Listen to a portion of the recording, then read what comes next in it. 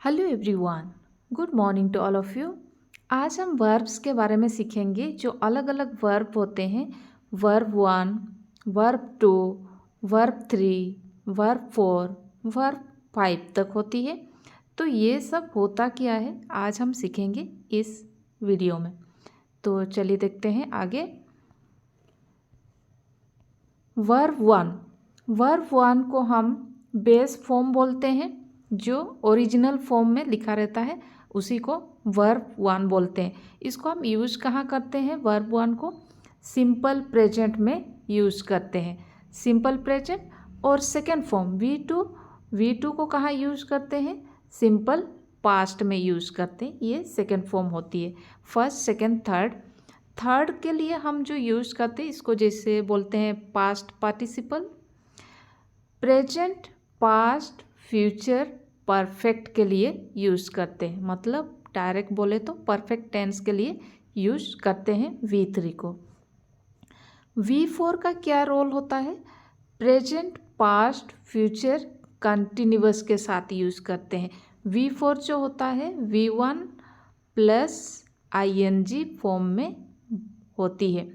V1 plus ING form में होती है तो उसको हम क्या बोलते हैं? V4। V5 क्या होती है? V5 इसको भी हम यूज़ करते हैं सेंटेंस में सिंपल प्रेजेंट के लिए। तो आगे देखते हैं कैसे इसका फॉर्मिंग होती है, वो देखेंगे। इसका फॉर्मिंग है जैसे कि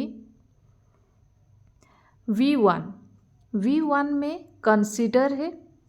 सेकेंड में हम ED लगाए, कंसीडर्ड। थर्ड में भी कंसीडर्ड। 4 में आया ING, कंसीडरिंग। मतलब V1 प्लस ING हुआ। V5 में हमें S या ES लिखना होता है। V5 में S या ES या IES भी लगाते हैं। जैसे ट्राई का जो होता है ट्राई Y में लास्ट होता है तो इसको हम क्या लिखेंगे? ट्राइज, IES हुआ। तो V5 में हम S या ES या IES हम लिखते हैं।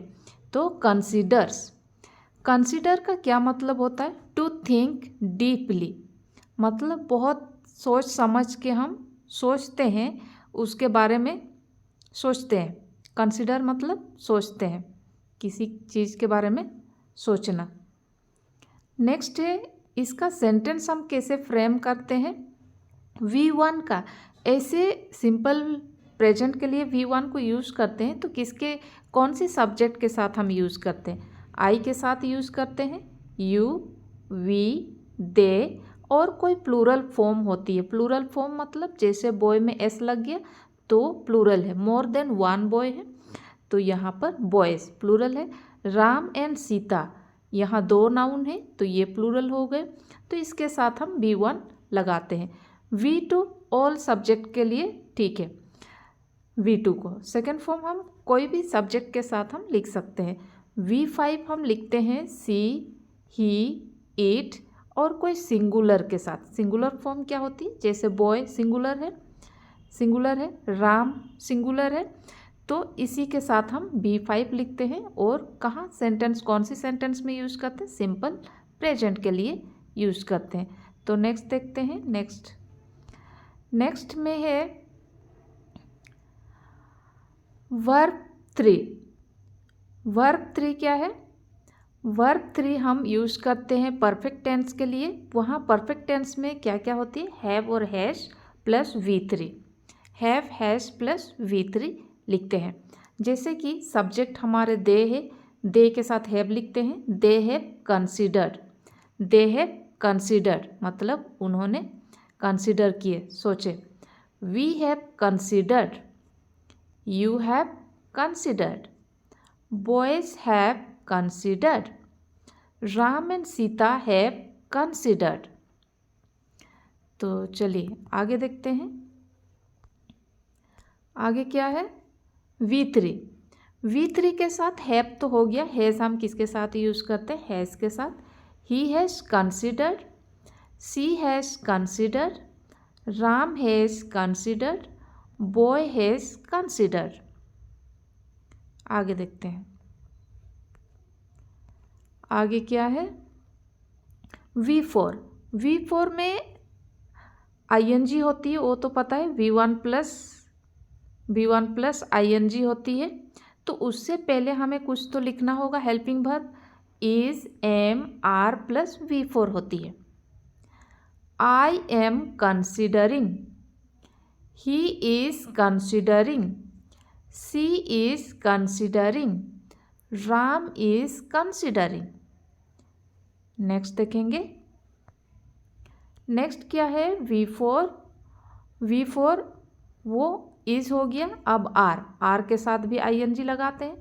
They are considering, we are considering, Ram and Sita are considering. Next देखेंगे।